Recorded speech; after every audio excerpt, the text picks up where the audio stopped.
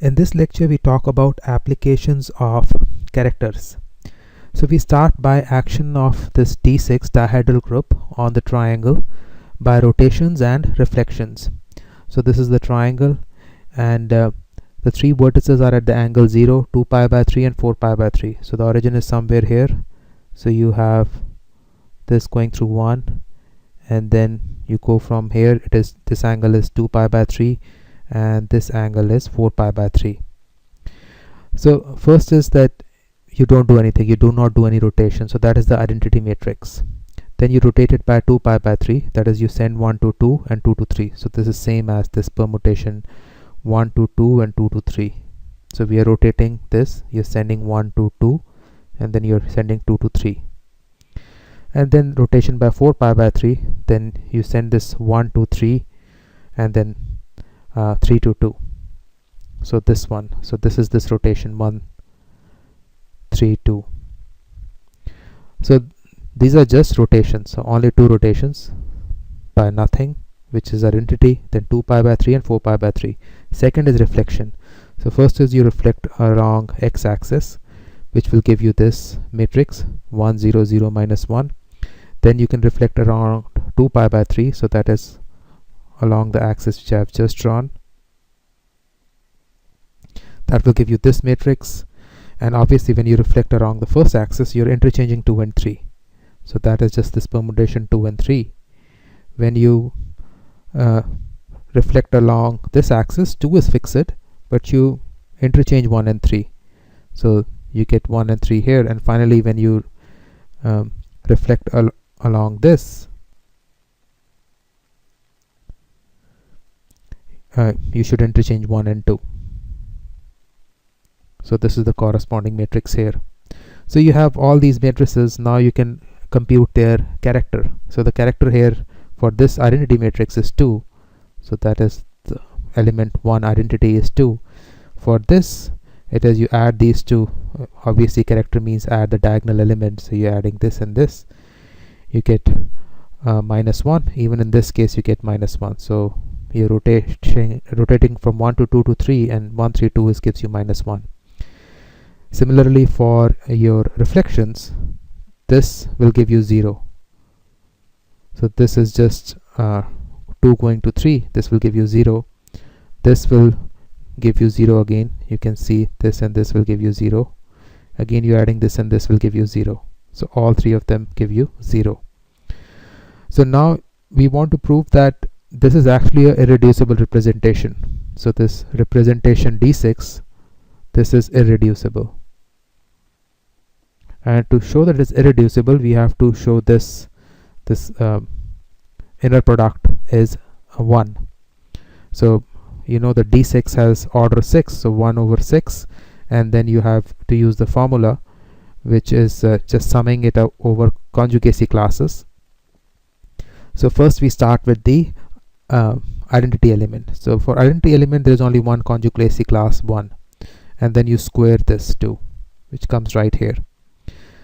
Then we see that for these two elements they lie in the same conjugacy class, so two conjugacy classes, but the order is minus 1. So this you square, minus 1 square, and this 2 comes right here. Here we have three conjugacy classes, you see 1 2 and 3, but this is 0. So you're saying 3 times 0 square. So now you expand it, this will come out to be 4, this will come out to be 2, 4 plus 2 is 6, divided by 6 will give you 1. So therefore the representation which we have given like this, just using rotations and reflections, is irreducible. So again, if you have forgotten the formula, this is just 1 by order of the group, which is 6 in our case, and then you sum it over the group elements and you multiply by its conjugacy class. And since all of them are real, so what becomes is this becomes square, and then you count over the conjugacy classes. Now consider another example. So you have a cyclic group of order 4, and you consider this two-dimensional representation of this vector space V. So this I is square root of minus 1. So then you square this matrix, you again get identity matrix. So then G cube would be again, multiplying this by this, so this will also be the matrix for G cube. So this is also row V G cube, and this is identity matrix, so obviously this is row V of E as well. So these two elements gives you everything. So now you find the trace which gives you the character, so this is 1 plus 1 2. So for G square and E you have 2, and for G cube and G you have 0. So we have this two-dimensional representation. So now this two-dimensional representation, we have seen the character. We can also talk about one-dimensional irreducible representation. Now we know one-dimensional irreducible representation, it is given by multiplication by roots of unity. So there are 4 elements here, so you have to talk about 4th root of unity, which is 2 pi I by 4, and then you raise this to different powers, 0, 1, 2, 3. So because there are 4 roots, or if you actually start putting in here 0, 1, 2 and 3, what you get is 1, then complex I, which is square root of -1, then -1 and minus I. So let us collect this information in the character table. So here we are writing the elements. This is just one dimensional, so all their conjugacy classes are just 1. So now chi of V is just this. You can see it is 2 here for identity and G square and 0 otherwise. Now for trivial representation, you're just multiplying by 1 throughout, so you have 1, 1, 1, 1. Now this chi 1 we mean V1, which you obtain by multiplication by 1, because corresponding to every element here you have a representation. So first is you're just multiplying by 1, because you're going from complex to complex, so we are given a complex representation. In the second case you have to multiply by I. So obviously identity element is always multiplication by 1, so you have to start with G. So here G you're multiplying by I, which is our second element here. So G square, you multiply I with itself, you get -1, then you multiply with I again, you get minus I.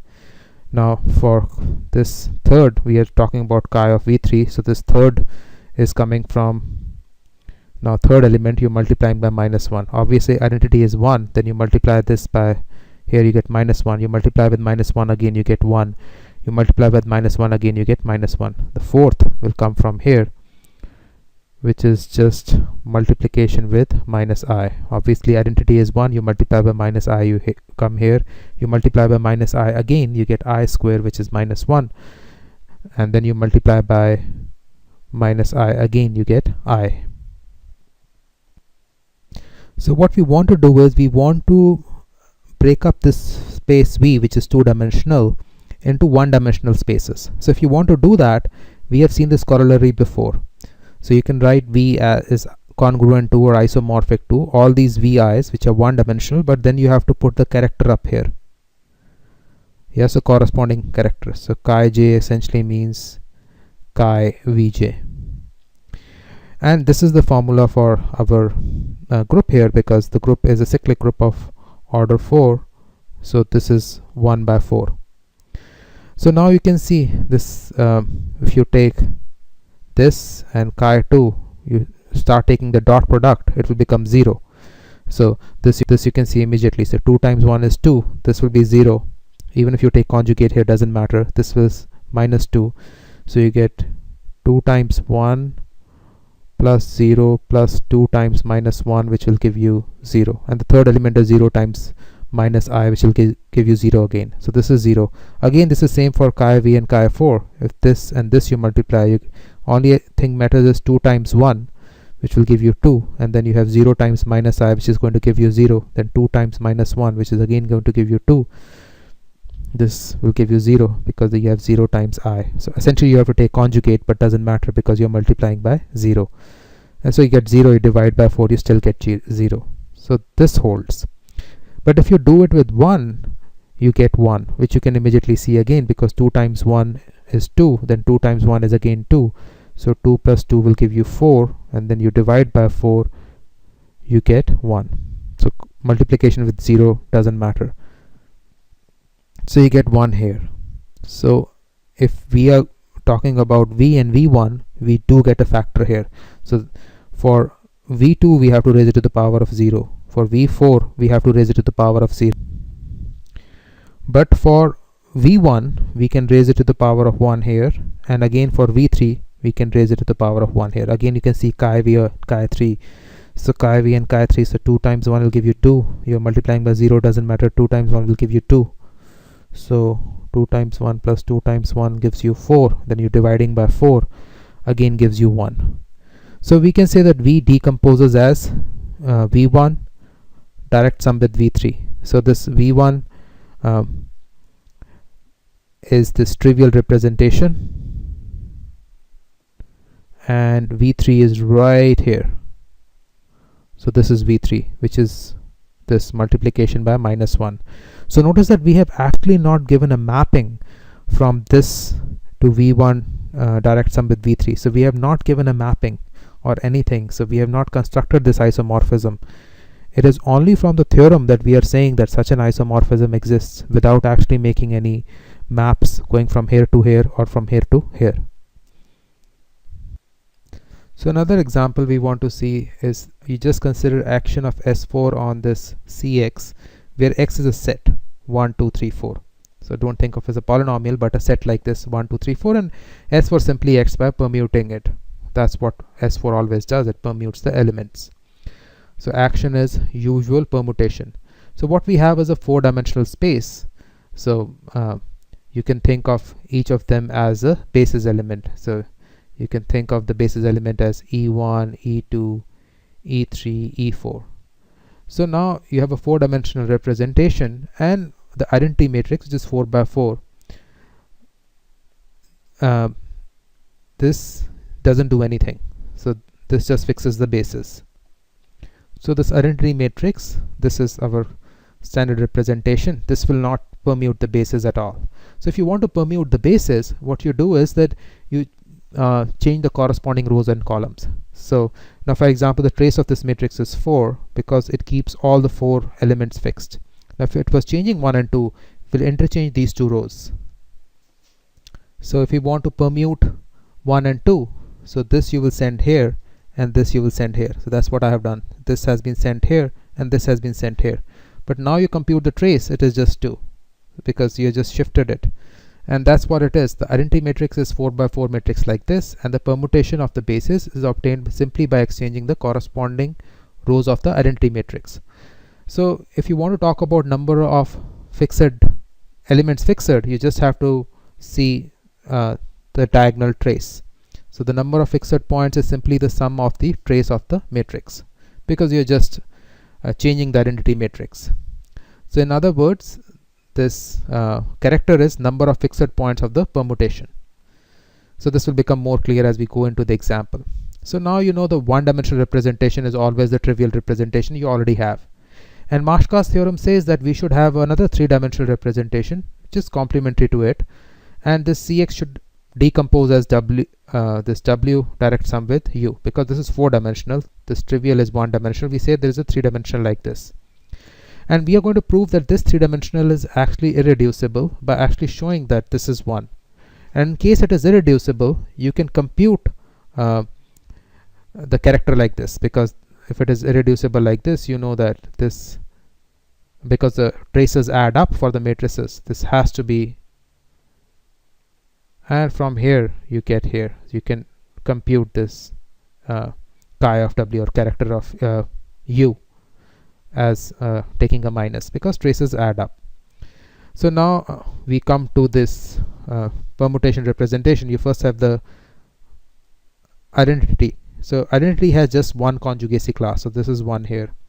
So this 2 cycle, 1 going to 2 and 2 going to 1, has 6. 1, 2, 3 has 8 conjugacy classes.